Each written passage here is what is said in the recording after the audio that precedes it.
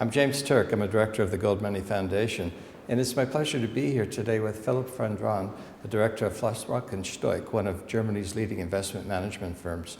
Philipp, thank you for being with me here today. I know you just made a trip to the other side of the Atlantic and visited the United States. Can you share with us some of your observations and conclusions from that trip? Yeah, it was a very wide range of observations. The most impressive to me on the economic side was first of all the depressed sentiment.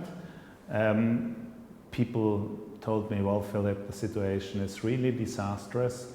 We have to tighten our belts for the next 3 to 4 years.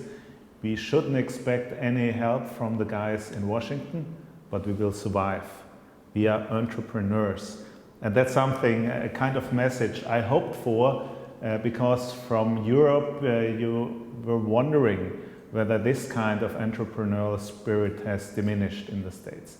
And then I made a very personal observation. When we were traveling through Washington, we met some folks ahead of the US Treasury holding some paper boards with comments like, "Stop Hurricane Timmy," "Downgrade Geithner," "15 trillion in debt," "priceless." And I was deeply impressed. I asked them what kind of political organization they are belonging to, and they told me, no, we are not from the Republicans or from the Tea Party. They are all too conservative in our view. We are just young people, and we want to stop this creation of debt because it's our future. These politicians are spending our future. Please sign. And I first told them, yeah, I'm a German. I am allowed to sign. Yes, that's a global issue, and it was a pleasure for me to sign. So that's something which was very impressive to me, because I don't find people like them ahead of the treasury departments in Germany or in Austria or in France. Our youth has not yet realized how deep this problem is for them going forward. It is a global problem, and it's encouraging to hear that the American spirit is still alive in the business community as well. You see, though, increasing government regulations. Now they're talking about various taxes. Here in Europe, the EU has proposed this financial transactions tax. Isn't that going to hurt economic activity? Yeah, of course it is. We're in the midst of financial repression. These governments have to think about how to solve the debt situation. They are fully aware that they never ever will solve it via growth, nor via bankruptcy, and also not by making huge austerity messages. Because whenever people are debating austerity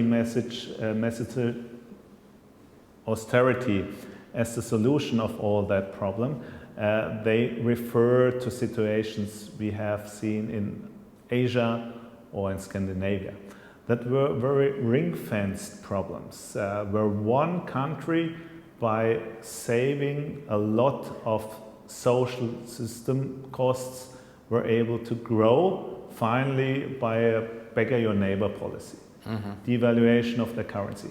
That's not possible today. So the austerity as the foundation of getting rid of debt is not an option in our view, and we will end up with financial repression.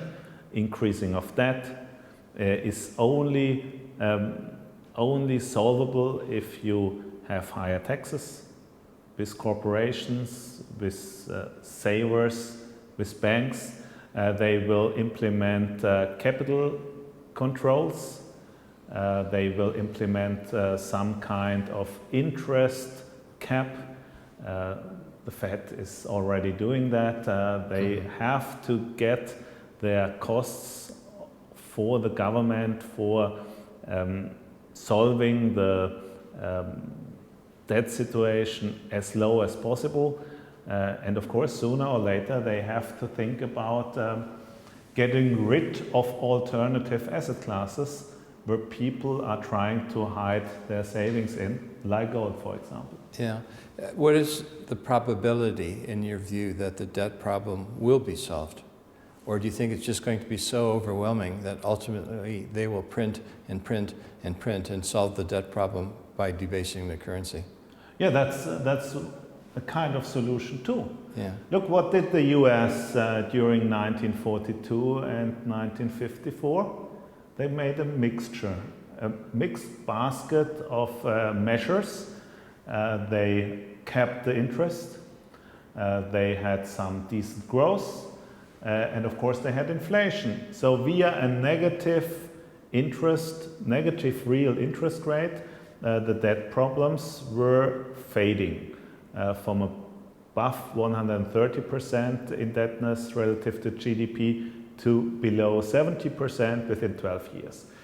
Something like that we think will happen. So a combination of inflation, a combination of higher taxes, of capital controls will enable the government to fade their debt situation within the next 20 years.